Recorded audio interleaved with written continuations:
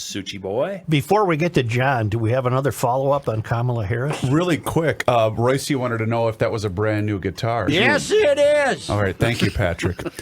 This, Joe, a reporter by the name of Peter Ducey had asked the White House press secretary Jen Psaki about Vice President Kamala Harris's refusal, to go to the border at the briefing earlier today, just a few minutes ago. And here was that interaction. Thank you. About the vice president's trip, why is it then that when the vice president is asked if she has plans to visit the border, she says we've been to the border, even though she has not as vice president? Well, as the vice president, she does speak for the actions of the people in the administration. She certainly helps oversee.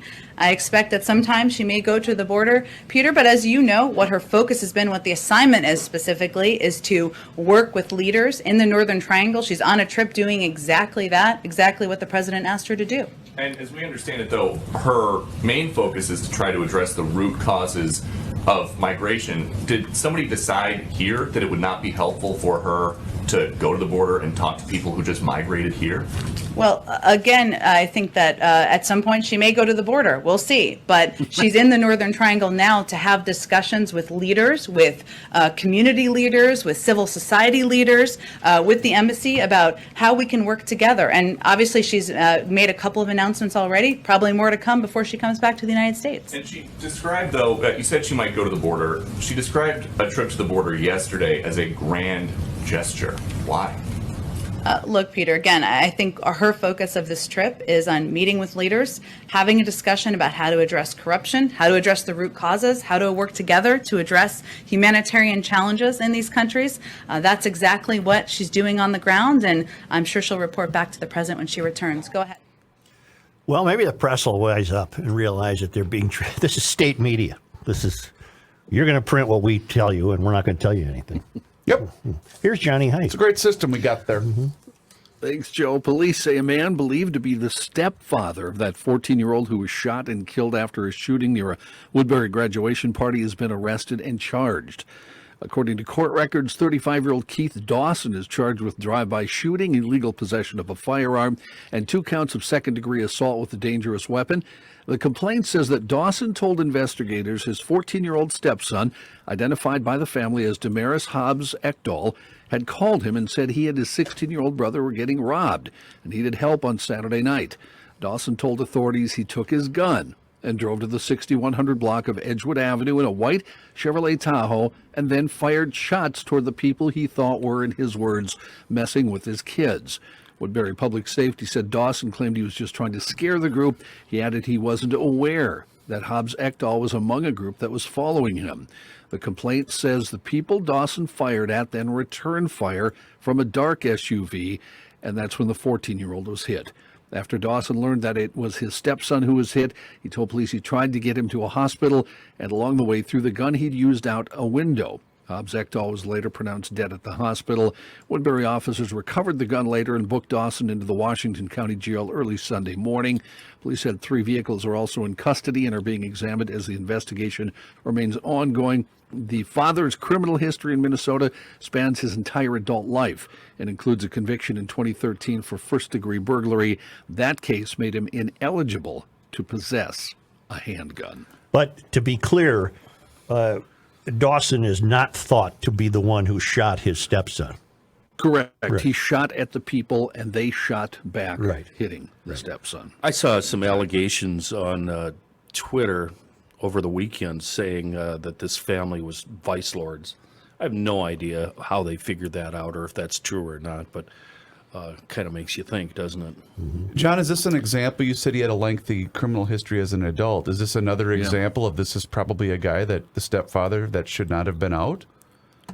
I don't know. I can't answer that. Not in possession of a firearm. That's Yeah, for certainly. Sure. Yeah, certainly. Which is should why not he have had a tossed gun. it. You know, he dumped that thing. We had been talking about this too. Woodbury. Mm-hmm.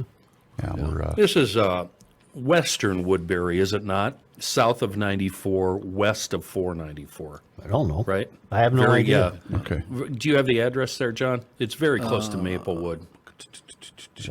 Woodbury has become sprawling. Yeah. It's sprawling. Mm-hmm. Wow. Yeah, I don't see. Sorry, no address.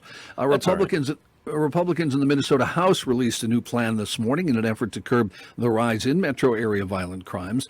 Public safety proposals have been a hot button issue this year, and House Republicans are calling on the governor and city leaders to step in and do something about recent violent crime. House Minority Leader Kurt Dowd said Minnesota this year is looking at another summer of violent crime. Over the past month, we've seen children shot by random gunfire, people run over and killed in Minneapolis by criminals with stayed sentences who should have been in jail. The call to action comes after 3 teens were killed over the weekend, with violence continuing to spike in the metro. Dowd introduced several new measures aimed at reducing violence, some of those including increasing the number of police officers on the street, making it more difficult for violent offenders to get out of prison, and increasing funding to police departments. Dreamers. Lawmakers proposed allocating $2.5 million of the 2021 budget. They're calling on the governor in particular to do more in that respect. Kenny, are you one of those guys who thinks drinking hot coffee on a hot day will cool you off? You know, I'm down to about 3 cups of coffee now a day. They're these big cups, but I have really weaned myself. And no, I just drink coffee because, why does a crack addict smoke crack? That's right. Yeah, that's why I'm on the coffee. Thank you for that. Nothing to do with the weather. Didn't weather like this invariably produce thunderstorms? Well, that's what you're waiting for, right? I'm waiting for a boomer. At the end. Well, it's supposed to happen Friday, isn't it? I don't Friday. know. I don't know. But We you had one last night here. got a boomer? I guess so. Ilhan Omar, we talked a bit about some silly stuff that she said, and here's some more Ilhan Omar news. A group of nearly 24 Democrats, including her, are asking the Justice Department to expand the review of the Minneapolis Police Department to include 7 other state and local police agencies. This is the quote I was looking for. Thank you. In a letter obtained by the Star Tribune, Omar asked U.S. Attorney General Merrick Garland to widen the department's investigation to include the Minnesota Bureau of Criminal Apprehension, the Minnesota State Patrol, the Hennepin County Sheriff's Office, and police departments in Brooklyn Center, Richfield, Edina, and St. Anthony. Others who signed on to this letter included 9 DFL State House and Senate members and Hennepin County Commissioners Angela Conley, Irene Fernando, and Marion Green, and as you'd expect, Minneapolis Council members Jeremiah Ellison, Steve Fletcher, Cam Gordon, Andrea Jenkins, Andrew Johnson, and Jeremy Schroeder each signed on, as did Brooklyn Center Council member Marquita Butler. Where was Philippe? Did he sign on? Yeah, Philippe he did Cunningham? not sign on. No, not on the list that I saw. Well, Felipe. he did have a quote. Would you No, like? we've heard that Oh, enough. okay. Yeah. God What almighty. does she hope to accomplish here? Well, it's her way of saying all cops are bad. Yeah, this, She's just keeping the dialogue going. Yeah, That's sure. what she's doing. Sure. the way it's set up in the U.S. is wrong, obviously. Right. She thinks. And I know better. I know better. Star Tribune reporting Ramsey County Sheriff Bob Fletcher said he's pulling his agency from a federal task force whose members shot and killed Winston Smith Jr. during an arrest operation in uptown Minneapolis last week, saying they were forbidden to use body-worn cameras during the encounter and that the U.S. Marshals Service has been, in his words, misleading in public comments suggesting otherwise. The move comes amid increasing scrutiny of the lack of any known video of the encounter, whether from body cameras, squad car dash cameras, or parking ramp surveillance where the arrest occurred. 32-year-old Smith was killed Thursday afternoon, authorities saying he fired a gun from his vehicle as the task force tried to arrest him on a warrant from Ramsey County for being a felon in possession of a gun. Ramsey County Sheriff's Office initially said Monday it would now have its members equipped with body-worn cameras while on the federal assignments, but in a follow-up statement later Monday, the sheriff said the federal agency has been misleading. In Minnesota, the Marshal's Office has refused to allow us to wear body cameras since the advent of the technology, and any new policy has not yet been implemented.